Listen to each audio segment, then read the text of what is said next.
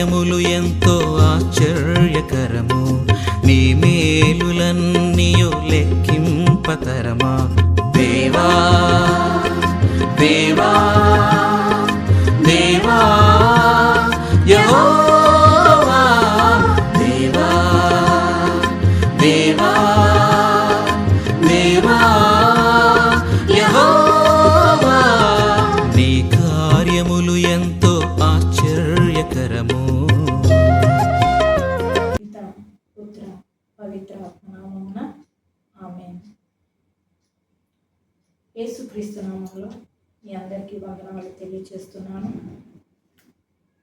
ఈరోజు మనం యేసు ప్రభు చెప్పిన ఉపమానాలు ఒక్కొక్కటిగా చూసినట్లయితే, యేసు ప్రభు పరలోక రాజ్యముల గురించి బోధించారు.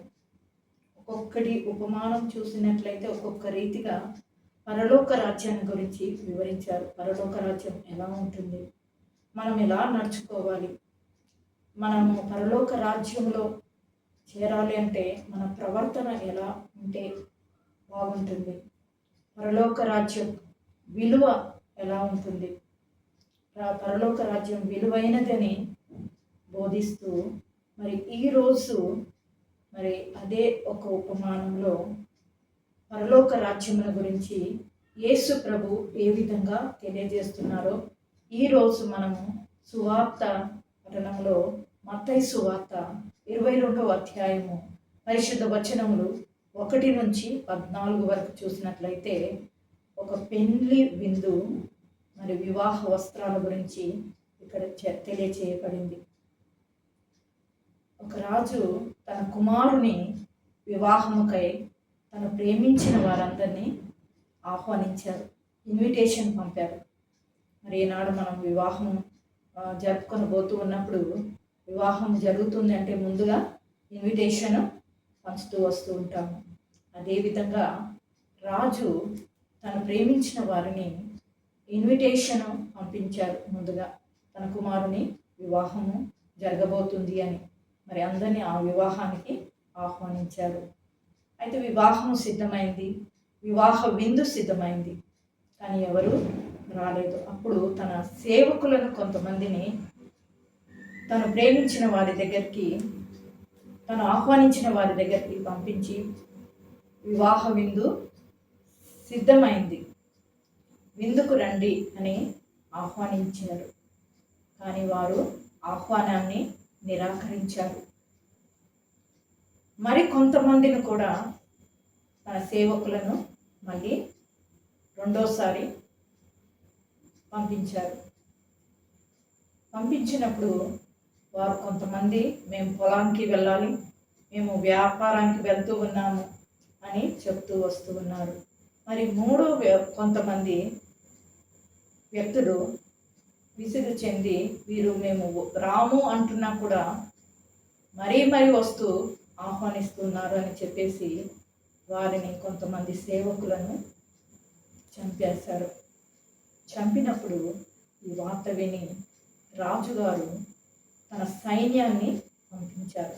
ఆహ్వానించటానికి తన సేవకులను పంపించారు, కానీ వారిని హతమార్చటానికి ఎవరైతే తన సేవకులను చంపేశారో వారిని హతమార్చటానికి సైన్యాన్ని పంపించారు. సైన్యాన్ని పంపించి వారి పట్టణములను నాశనం చేశారు.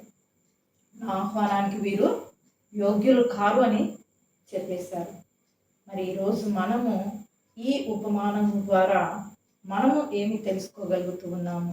ఈరోజు మన గురువులు పూజ బలి జరుపుతూ ఉన్నప్పుడు వారు చెప్తూ ఉంటారు, ప్రతిరోజు దివ్య బలి పూజ జరుగుతుంది, మీరందరూ దివ్య బలి పూజలో పాల్గొని దేవుని దివ్య రక్త శరీరాలు భుజించండి, ఇది ఎంతో యోగ్యమైనటువంటి ఆహారము, విందు, ఈ విందులో మనము ప్రతిరోజు పాల్గొనవచ్చు అని గురువులు ఆహ్వానిస్తూ వస్తూ ఉన్నారు. కానీ ఎంతమందిని వారి ఆహ్వానాన్ని మన్నించి మనము ఆహ్వానానికి వెళ్తూ ఉన్నాం, దివ్య బలి పూజలో పాల్గొంటూ ఉన్నాం. మరి ఎన్ని కారణాలు మనం చెప్తూ ఉన్నాము, మాకు అలసిపోతూ ఉన్నాం, మేము ఉద్యోగం చేసి వచ్చేసరికి మేము రాలేకపోతున్నాం, మాకు ఎన్నో పనులు ఉన్నాయి, మేము రాలేము, మా ఆరోగ్యాలు బాగులేవు అని ఎన్నో రకాలుగా మనము సాకులు చెప్తూ వస్తూ ఉంటాము. మరి కొందరైతే మనం ఈ మధ్య మణిపూర్ రాష్ట్రంలో చూసినట్లయితే దేవుని సువార్త చెప్పిన వారిని, క్రైస్తవ బిడ్డల్ని ఎంతగానో హింసించి కొట్టి చంపివేశారు. మరి ఈనాడు కూడా మరి రాజు పిలుపు ఇచ్చినప్పుడు కొంతమంది సేవకులను చంపివేశారు. కానీ దేవుడు రాకడ వచ్చినప్పుడు ఎవరైతే క్రైస్తవ బిడ్డల్ని హింసిస్తూ ఉన్నారో వారందరూ కూడా హతమార్చబడతారు.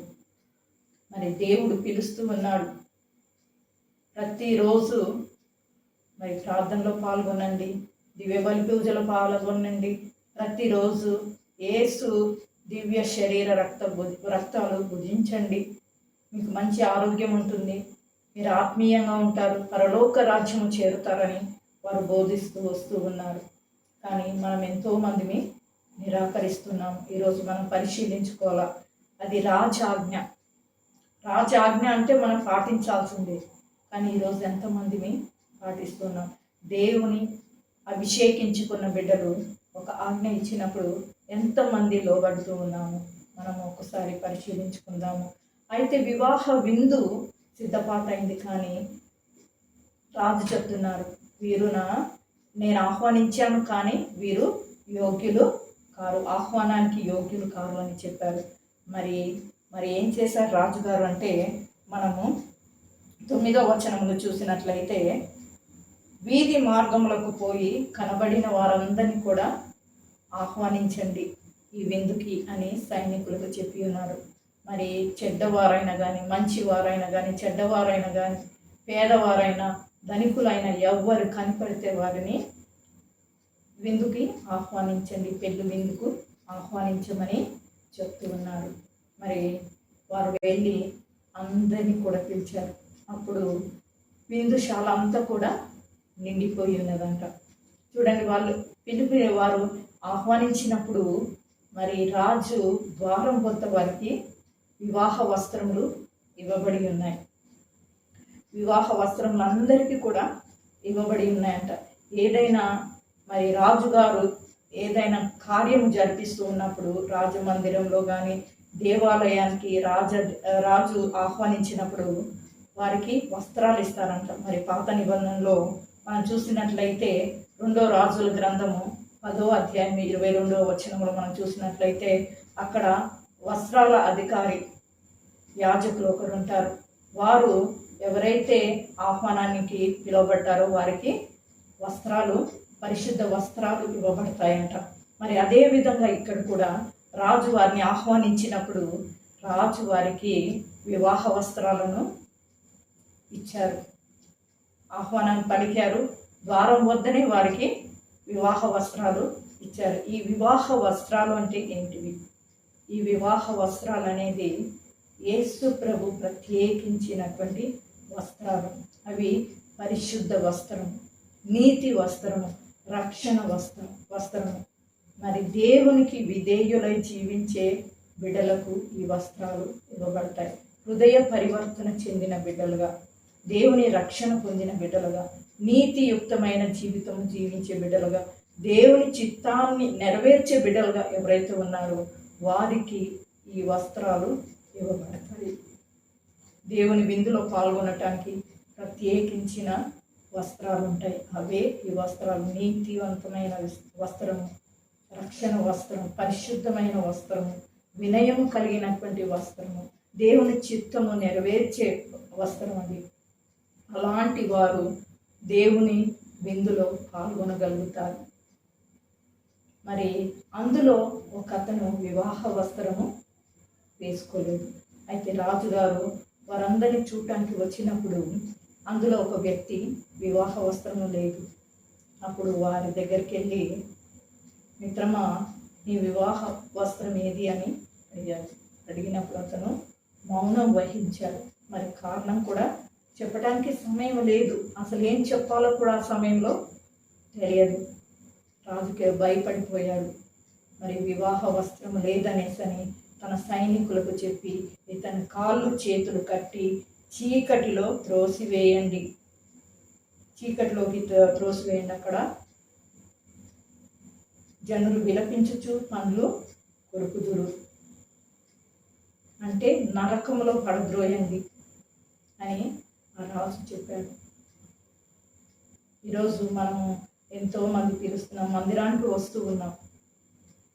మందిరానికి వస్తూ మన జీవితాలు ఎలా ఉన్నాయి? దేవుని సన్నిధిలో మనము పరిశుద్ధంగా ఉన్నాయా? నీతివంతమైన ఉన్నాయా? దేవుని చిత్తము నెరవేర్చే వారిగా ఉన్నామా? ఏ విధంగా మన జీవితాలు ఉన్నాయి? మనం దేవుని విందులో పాల్గొనటానికి యోగ్యులుగా ఉన్నామా? లేకుంటే పాపపు జీవితంలోనే దేవుని మందిరానికి వెళ్తూ ఉన్నామా?